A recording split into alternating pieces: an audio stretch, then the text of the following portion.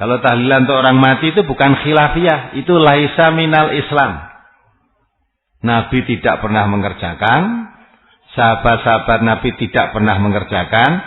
Malah imam 4 yang terkenal, Imam Maliki, Imam Hanafi, Imam Hambali, Imam Syafi'i, itu sama sekali tidak melakukan seperti itu. Tidak melakukannya. Nah terus didapat dari mana? Nah itulah. Maka itu bukan ajaran Islam. Kalau ajaran Islam mesti ditemukan. Karena Islam itu sumbernya Quran dan Sunnah. Kalau itu diajarkan oleh Rasulullah, mesti ditemukan di situ.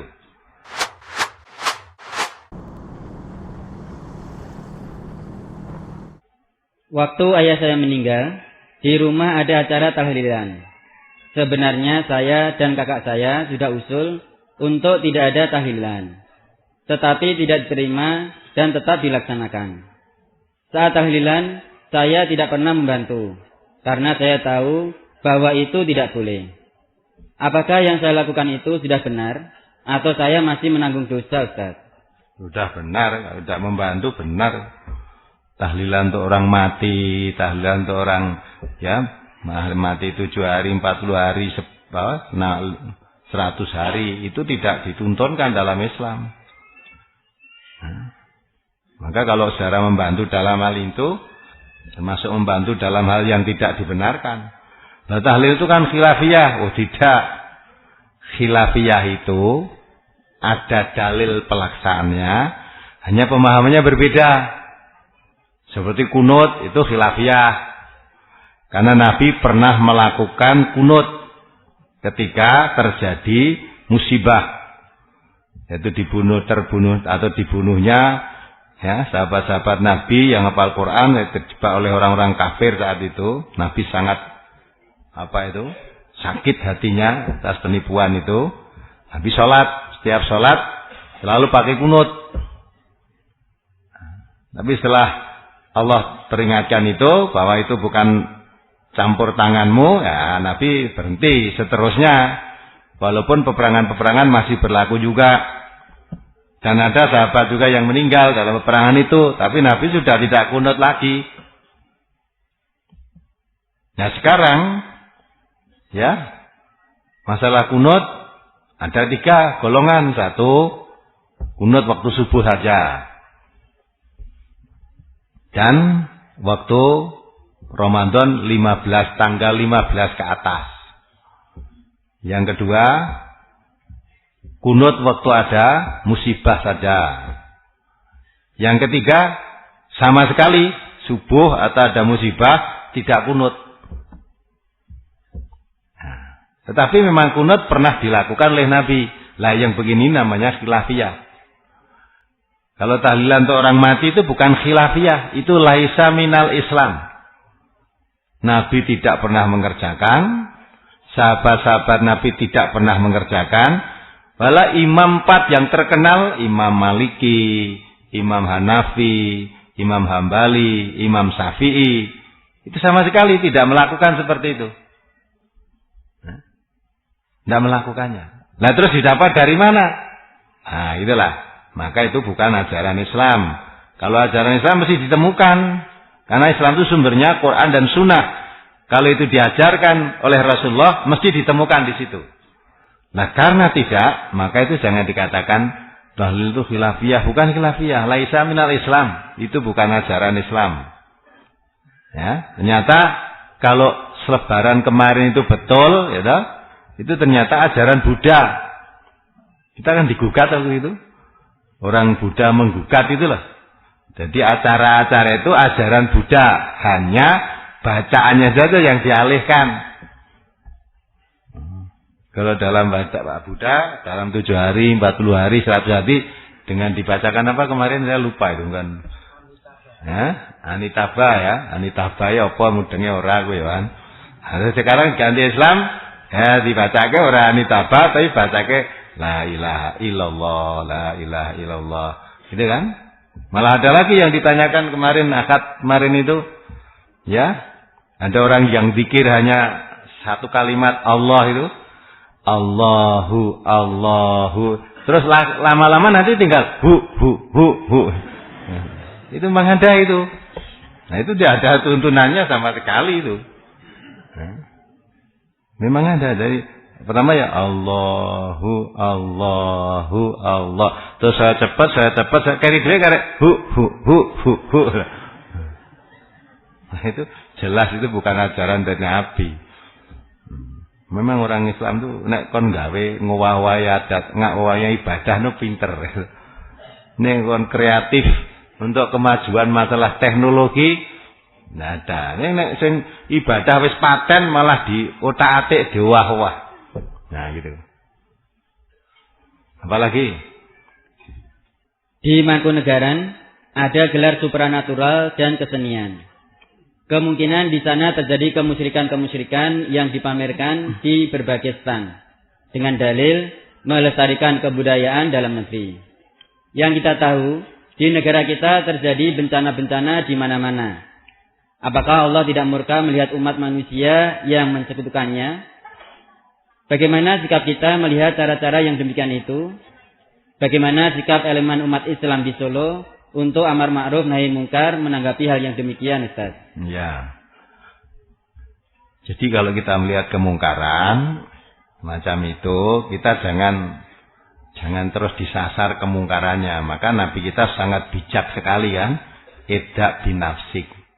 Mulai dari dirimu sendiri. Terus keluarganya dijaga. Ku anfusakum wa ahlikum naro. Dah. Maka nahi mungkar, amar ma'ruf nahi mungkar yang paling efektif ya pengajian. Yang seperti ini. Ini yang paling efektif. Tidak usah mengganggu orang lain-lain. Tapi dirinya mulai terus ngajak keluarganya, ngajak teman dekatnya, ngajak teman jauhnya, diajak ngaji.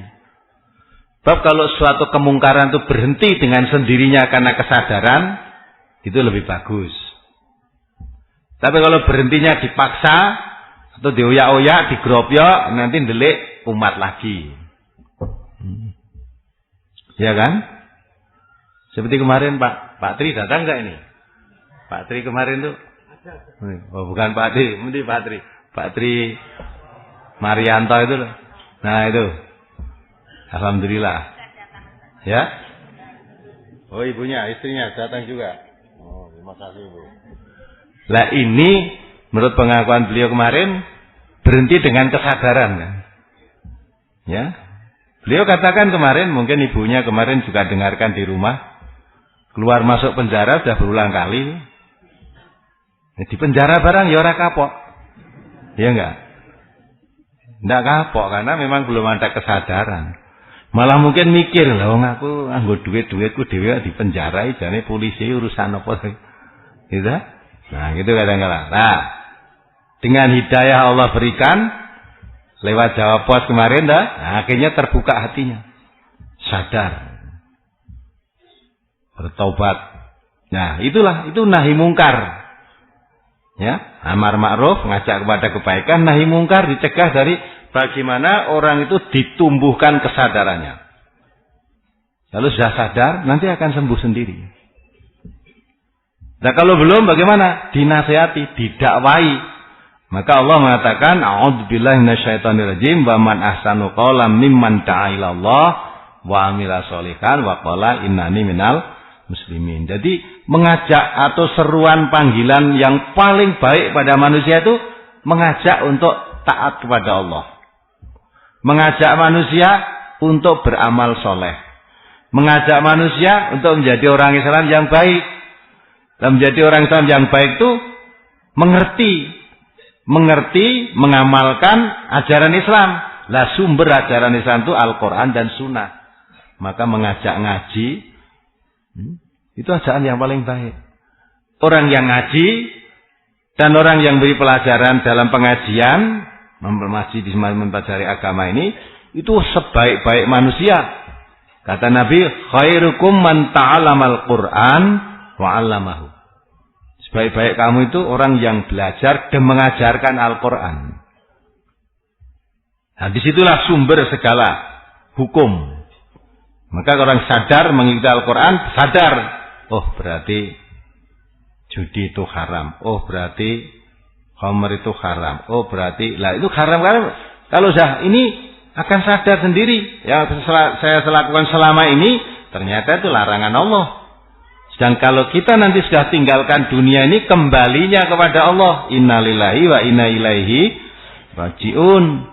Kalau kita tidak meninggalkan yang dilarang Allah, besok kita kembali pada Allah. Bagaimana kalau ditanya pertanggungan jawab? Apa jawab kita pada Allah besok? Nah, itu dengan kesadaran sendirilah. Maka mulai dari diri sendiri. Biar mereka di Mangkunegaran, atau di Keraton Sunanan, atau di mana aja lah, kemusyrikan. Ya, sebenarnya kita sendiri kalau pengajian, jadi saya terangkan ya, kalau tanggal 1 Suro ngubengi Mangkunegaran, Giring Kebo itu yang banyak mengikuti juga orang-orang Islam. Ya, coba orang Islam ngaji semua, sudah ngerti itu satu kemusyrikan, tidak ada yang ikut, tidak ada yang nonton, tidak kebunnya bar melaku dewe. Ini yang nonton aku belum kan. Wah, kalau ngebai jualan kabeh kan ya. Yang meramaikan juga orang Islam sendiri. Maka dia mau ada kemusyrikan apa ya silahkan saja. Orang Islam dekat pun jangan. Termasuk pertunjukan-pertunjukan semacam itu kan mengundang orang biar dilihat. Kalau orang sudah sadar, apa gunanya kita melihat itu? Itu kemusyrikan, tidak perlu kita lihat ya. Orang Islam semua sadar begitu, udah sepi mesti. Yang sing rame ki malah wong Islam dhewe. Sekaten barang iki sing berduyun-duyun tuku kinang ben awet enom iki sapa? Beli kinang biar awet muda itu ya ibu-ibu muda-muda, ibu-ibu muslim itu. Wah, kalau desa ada tuku pecut gen sawahe lemu, iya petani-petani muslim.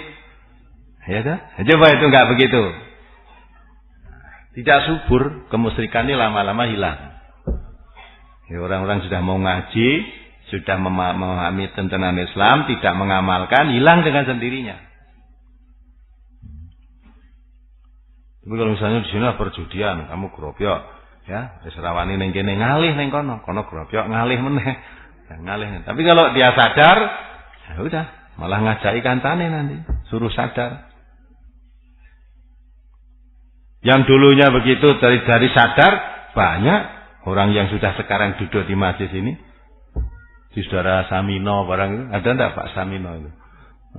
Ada ya Pak Samino itu. Samino itu wah sudah luar biasa itu. Ya cerita. Ya, sekarang jadi mubalik dia. Mubalik mendekati kanca-kancane sing tukang itu cedaki kabeh. Dia sadar, dia cerita. Wah sebelum dia ngaji, istrinya tiap hari dipolo terus. Sing jadi istrinya termasuk sabar. Sekarang setelah ngaji, rukun, damai, baik gitu. Itu dia mengaku sendiri. Sekarang ngisi pengajian. Muridnya juga orang-orang semacam itu. Nah, ini sing mulang kiai rung karuan gelem. Gitu. Kalau yang mulang teman akrabnya dulu, jangan ngomong kowe kok iso mari ngono wis ayo melu aku kok. Sembuh. Nah, itu maka Allah buka hidayah itu dengan melalui beberapa sebab dan kewajiban bagi setiap muslim berdakwah, mengajak orang itu walau hanya mengetahui agama sedikit. Kewajiban dakwah itu tidak harus ulama, harus ustadz, bukan. Setiap orang muslim punya kewajiban dakwah. Maka Nabi mengatakan apa? Balighani walau ayah. Walau ayah, walaupun satu ayat dikit lah, sampaikan apa yang dariku, walaupun kamu tahu sedikit. Pengetahuan sedikit itu sampaikan pada yang lain. Nah, sehingga kewajiban dakwah semuanya. Dakwah tidak mesti harus di atas mimbar didatangi ribuan orang begini, enggak, omong-omong 1-2 orang ngajak kepada kebaikan, itu termasuk dakwah. Apalagi? Bagaimana tanggapan Ustadz tentang bacaan ayat Al-Quran ataupun azan untuk ringtone nada dering HP, Ustaz? Tidak apa-apa lah. Untuk dering HP saya, HP ring ini kan tidak nyindir ngono. Memang HP saya kan ringtone-nya nada deringnya ayat Quran dibaca. Ya. Bunyi ayat yang dalam HP saya itu kabura maktan indallahi an taqulu ma la taf'alun, kan itu ha? Baiklah. Ya ayyuhalladzina amanu, itu diterangkan kan ya. Lima taqulu ma la taf'alun, itu biar setiap itu bunyi kelingan. Wong Siman, kenapa kamu mengatakan sesuatu yang kamu tidak amalkan? Artinya gitu ayat yang dalam HP saya itu. Besar murka Allah bagi orang yang pandai ngomong aja tapi tidak mengamalkan. Nah, setiap HP saya bunyi kan kelingan. Wah, nek ini ngomong terus ora ngamalke. Nah, Allah murka pada saya. Ditegur juga, mengapa kamu bicara, kamu tidak mengamalkan. Itu kan peringatan-peringatan terus. Gitu? Ketimbang HP yang ini hehehe. Ada tuh HP guyung gitu terus. Oh, lagi susah hehehe gitu. Nah, coba. Ayo lebih gaya untuk ringtone. Dan nek adzan iki nah cocok nek aku. Cocoknya apa? Jam 10 adzan coba. Ngono lah, berarti bingung wong lho wis adzan zuhur. Lagi jam 10. Oh, mesti nek wong mati kuwi kan ta. Bapak anggere adzan ora wancine biasanya kalau di tempat kita ini tanda ada orang mati diberangkatkan kan ta. Nek wong mati diusung dibawa ke kubur kan diadzani. Jam 11 adzan, oh nek wong mati. Jam 10 adzan nek wong mati kan ta. Jadi adzan itu padahal panggilan untuk jamaah salat. Kalau ayat Quran sana masa, tapi ada kadang bisa kisruh nanti. Baiklah, satu puan sekian, mari kita akhiri. Alhamdulillahirrahmanirrahim. Subhanakallahumma wa bihamdika asyhadu an la ilaha illa anta astaghfiruka wa atubu ilaik. Assalamualaikum warahmatullahi wabarakatuh. Demikianlah para pemirsa semuanya pembahasan kita untuk pertemuan kali ini. Semoga menambah khasanah ilmu yang kita miliki. Wassalamualaikum warahmatullahi wabarakatuh.